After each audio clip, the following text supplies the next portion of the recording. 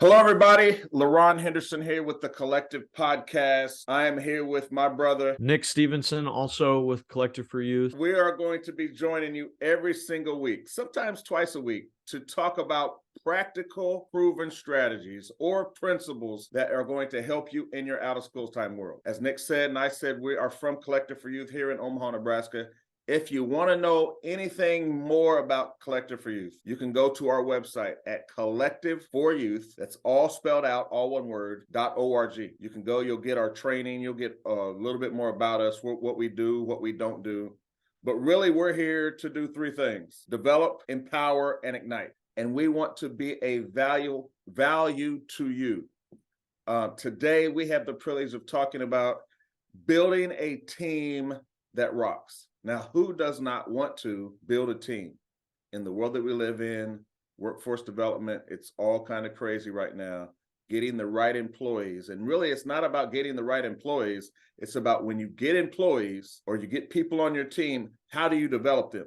How do you develop those people? So, Nick, you want to add anything while I take a drink of my nice little tea? Yeah, we're just going to ask that while you're listening to this episode today, put on your miner's hat. Neither LaRon or I have ever been in an actual mine. Well, we may have visited a mine, but we have never worked in a mine. Correct. And we're going to ask you to put it on for a second because we're going to go through a story with our pieces of rocks. So to really get rolling here with that, we want to break down what is rocks? What is the R.O.C.K.S of rocks? Well, the R is removing personal roadblocks. The O is observing for understanding. The C is coaching to build trust or relationships. The K is cultivate your culture. And yes, we know cultivate starts with a C, but for this purpose, it works. So cultivate with a K. And then the S, staying consistent. So that's the rocks. That's the template. We're going to dive deeper into each part of that. And LaRon's going to lead us right away with the R part of rocks. Yeah, this really comes from a thought of mining your own business. When we think of, as Nick said, as a miner, you have to go in and you have to do some things, and you're going into unknown territory. You don't know what you're doing. It's the same way if you're married, if you're a father, if you're whatever it is, mining, you have to take that, whatever tool that you're working with, and chip away that outer layer of things to really find the diamond, really find the sweet spot, really find everything. So the first thing that we have to do when in developing a team that rocks is remove personal roadblocks. What does that mean? There may be things that you see or that you have in your life that are keeping the right people away from you. Some people call it vibration, some people call it culture, some people call it a feeling, but really, are there things that are affecting you on, maybe it's your communication, maybe it's your leadership style, maybe it is something that has happened in the past that you're still holding on to. We talk to too many people that are adults and something happened in grade school and they're holding on to that because someone told them something crazy.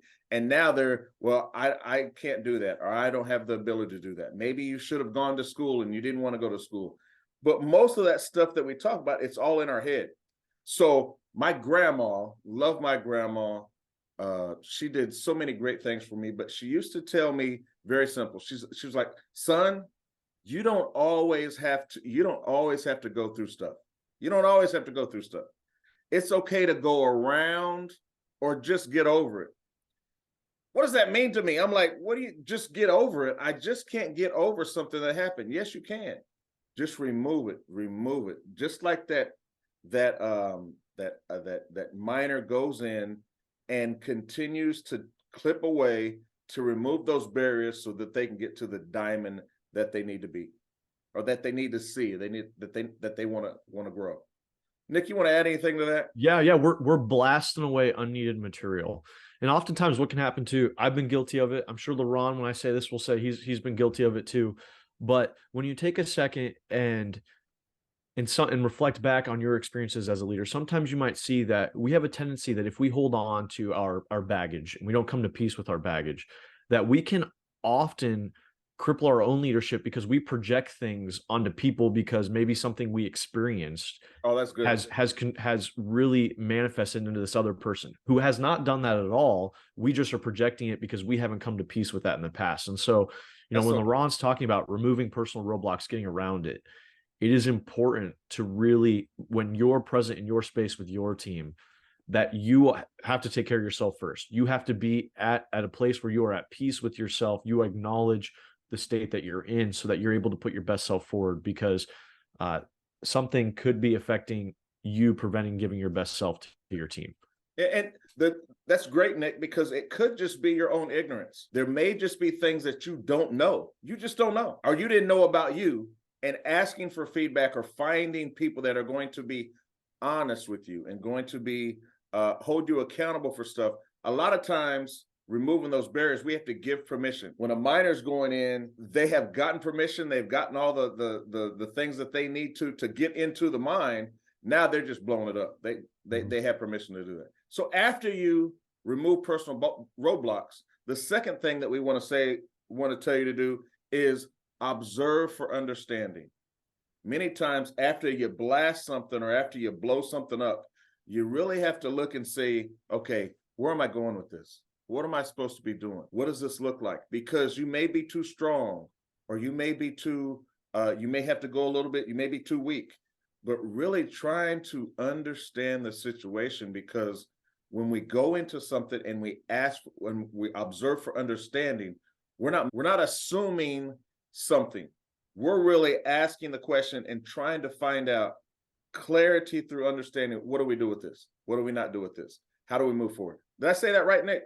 Yeah, yeah. Oftentimes you see a new leader goes in a situation and they want to just hit the ground running and start doing things without taking the second to observe where that team is at. And so whether you are walking into an after school program and you're the leader there and it's a new space for you, or maybe you have a complete change of staff and it's a new team, we all want to hit the ground running, but sometimes it's better to observe to make better, more informed decisions moving forward. Malcolm Gladwell says it like this: the key to good decision making is not knowledge. Listen, the key to good decision making is not knowledge, it's understanding. We are swimming in the former, we are desperately lacking in the latter. A lot of times we want knowledge, but we don't understand. We think we understand because we've been doing this for a long time. We think we can predict something because we're old enough to do that. But really, when you take the time, observe for understanding, now you're coming at a situation, or coming at a leader, or coming at a job from the right heart, and your heart's really here, the understanding of it, so that you can be accepted for what you're doing. So remove personal roadblocks. 1, 2, observing for understanding. Take it away, Nick. Love that. Next one, C, coaching to build trust and build relationships. Really, you can think of it as the miner, you're in the mine space and you're chipping away rock. It is important that you have built structures or pillars inside that mine, because when things happen, things can tend to collapse, right? Depending on what happens. So you have to, at the very basis, build relationships and build trust with your team. And so I want to bring up the power of a 5-minute conversation. And, people are like, well, how do I start building relationships? It can start with a 5-minute conversation. And what I mean by that is you start your day, you see your team. Hey, LaRon, how are you doing? But LaRon's going to give a response, but we're asking more than just this. What do you have planned for the day? We're asking, maybe on the weekend, what'd you do this weekend? Because what's going to happen is they're going to share with you a nugget of information. Just like in a mine, you're going to find a nugget piece of gold or a nugget piece of copper, something. And that piece of information is something that you can resort back to. So like LaRon, the last episode mentioned, he's got a couple kids. And so I might say, hey, LaRon, like, how are your kids doing? Totally out of the blue.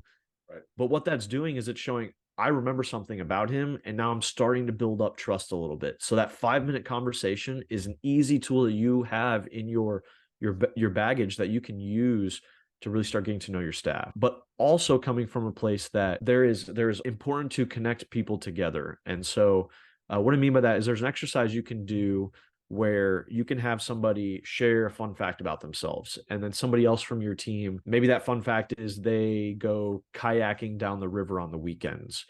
And then somebody else might say, oh, I really enjoy going to the pool because you mentioned water. So, I like going to the pool and that pool has water.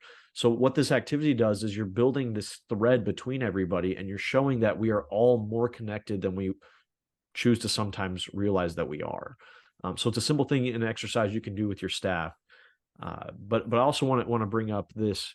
I was a soccer coach. I had a team that had fantastic individuals. They are all grown up in college now and doing great and awesome things. But this team had, you know, you hear that, you know, talent isn't everything, and they were extremely talented, a talented bunch. But what happened was that we had a very diverse team, all kinds of demographics. And because they were so talented, that they realized that they were competing with each other for some of those scholarships that were out there. And so it became a very cutthroat environment, that they were all against each other rather than working towards the same outcome. Right. We had a lack of trust. We had a lack of relationships from the get-go. So we took a step back and we decided, how are we going to build trust and build relationships? And that was at the bedrock for me, at least in that scenario, of didn't care about the results, because the results would come. It was building trust and relationships first and foremost, because we had to have structures in place so that when a collapse happened, we wouldn't completely implode on ourselves. So we did, like that example exercise, we did a thing called personal histories, where we kind of shared a bit about where each of us were coming from, and that opened our eyes up to one another, to, you know, to the players, to the coaches, that where everybody was coming from were bringing their own experiences, like we talked about last episode, but we were able to support one another and put those structures in place. LeRon, anything else you want to add with that one too? Just as you were talking, I remember being told that, you know, basically we are 98% alike, then different. And we spend in our culture, we spend a lot of time talking about the differences. Are you Democratic? Are you Republican? Are you a male? Are you a female? Are you good? Well, all those different things. Do you have an education? Do you not have? And really, just as I heard you talking, the things that we have in common are the things that are going to bring us together. Mm-hmm. And if I can trust you, I can build a relationship with you. If I can understand you, I'm going to trust you. But now I can have this relationship. But many times we think because we're different that we can't have a relationship with each other. No. We can still trust. I just need to really understand where you're coming from, so now I can hear you. And I'm not putting up walls and different things, but that trust, building trust, is something that we all have to work on. And two, the relationships. Think about how many relationships you have with people. Think about the good, the bad. You know, I think in today's world, we use that word best friend. This is my best friend. Really, you know, those of us who are married, we have a spouse, or we have a child, we have a best. And so I really like what you said, just making sure that you take time, exercise, do some things that are going to bring you together. It's such a big deal. So love that. And we'll throw a Brene Brown quote out with this one too.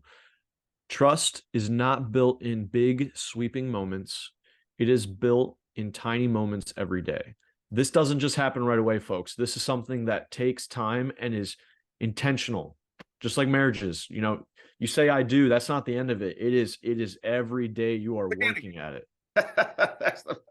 That's the beginning. But I mean, but you bring up a good point.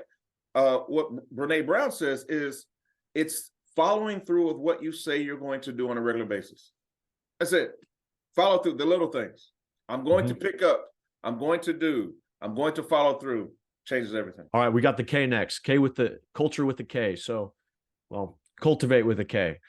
Cultivate your culture. What does that mean? We can think of a garden, right? If it's springtime, feels like winter here in Nebraska right now. But if it's springtime, we're getting, you know, maybe you're getting a garden ready. Right. So if you're getting a garden ready, you might be using a tiller. And then, you know, after you use a tiller, you might be using little seed pods to get seeds started inside. So you have a growth light and things like that. You might have fertilizer. You might have a hand tool that you got to dig to then put your starter plant in. You know, you might have a hose to water or a different watering system.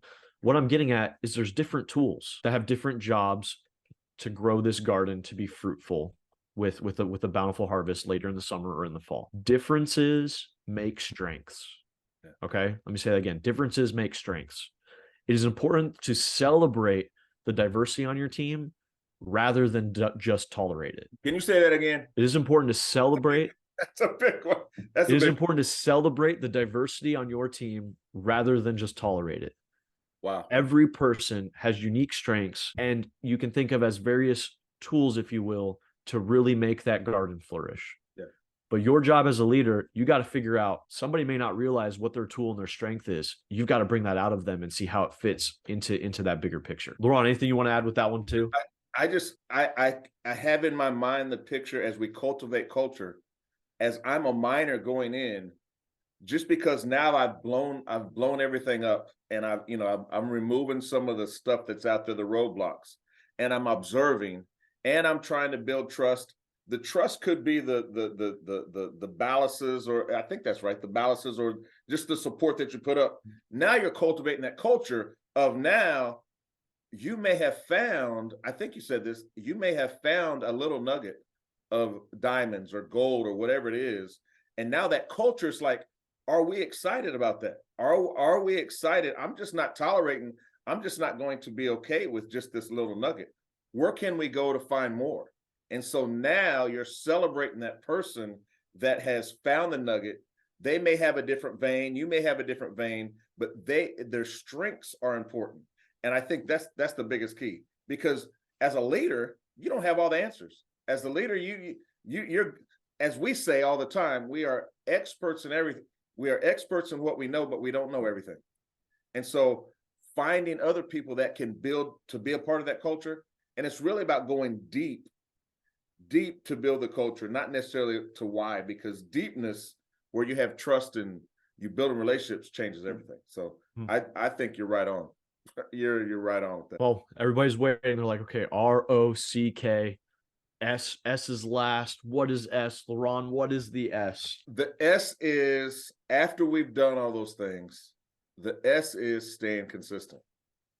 There's nothing more frustrating than you start something, you start to get a little bit of success, and then boom, nothing happens. You hit a dry spell or you hit a plateau.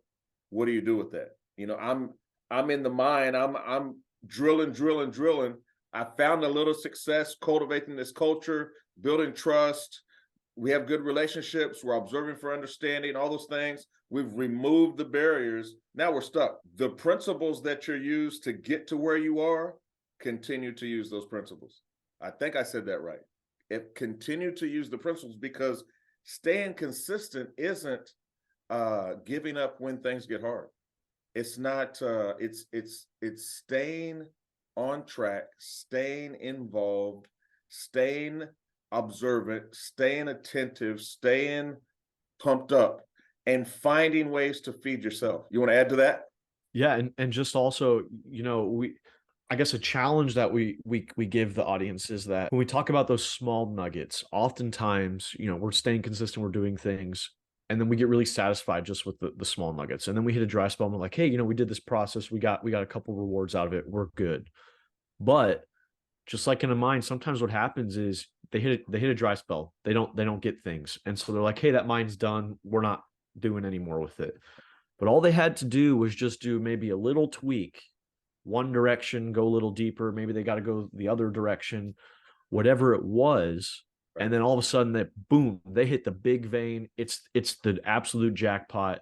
Right. And so the challenge to you is that don't just be satisfied with the little nugget. Right. If you're hitting a dry spell, maybe think about how you can alter, but staying consistent with all the entire process, or maybe deviate, change direction, because it's great you got the small nugget, but boy, is it amazing once you hit the big vein. So just keep that in mind, a personal challenge to you as you're thinking about this process. Because the process, as I said, the process that you're using, you may get that one employee that quits and goes someplace else, but you're still using the same process. You're still cultivating a culture that's going to draw more people. And as you continue to work on yourself and continue to observe, continue to do the coaching, continue to cultivate, continue the consistency with that, every single day you're working on something with you, everything changes. Everything changes. So I guess the thing that we can leave them with, Nick, is we've heard building a team that rocks. Now, what do we do? What are you going to do? What can you, we've given you 5 principles. What we want to do now is really just give you some things to think about, some things to reflect on as you're going. As you are looking at your barrier or you're looking at roadblocks, Think about, are there roadblocks that you're facing that you're worried about? Hmm. Are there roadblocks that you're facing that you're worried about right now? You may be stressed out. You may not even see them. Now, I'm going to say this. You may, to remove those roadblocks, they may be so deep in you, you may have to get a therapist, or you may have to get, you know, you can go online, you can go offline, whatever it is. You may have to find a friend that you can talk to, a mentor. You may have to pay for a coach. You may have to do a number of different things to remove those roadblocks. But really, the roadblock is just your ignorance of seeing, is there another way to do this? You've been doing it so long. Now I got to find another way to do this. So removing the roadblocks, and then observing for understanding. In what areas do you need to spend more time refocusing your attention? Think about that. Just take that in. Are there areas that you need to observe a little bit more?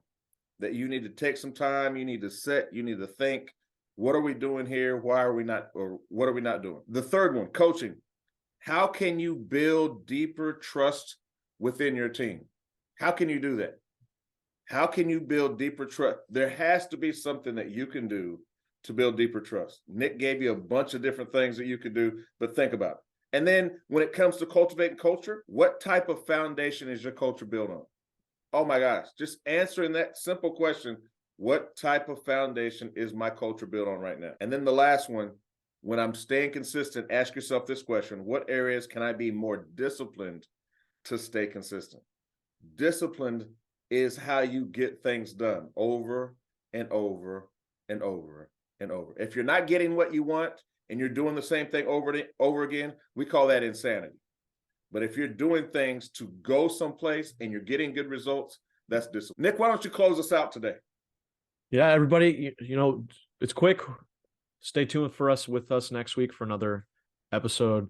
Thanks for joining us for the collective today. Remember, we're all about providing practical, proven strategies or principles for out of school time leaders. And it's our goal to help develop a community by empowering you as the leader, who will in turn ignite the minds of youth in their after school programs. So please subscribe, like, give us a rate, share with all your friends, your staff, your fellow leaders across the country. But stay tuned next week. We'll catch you then.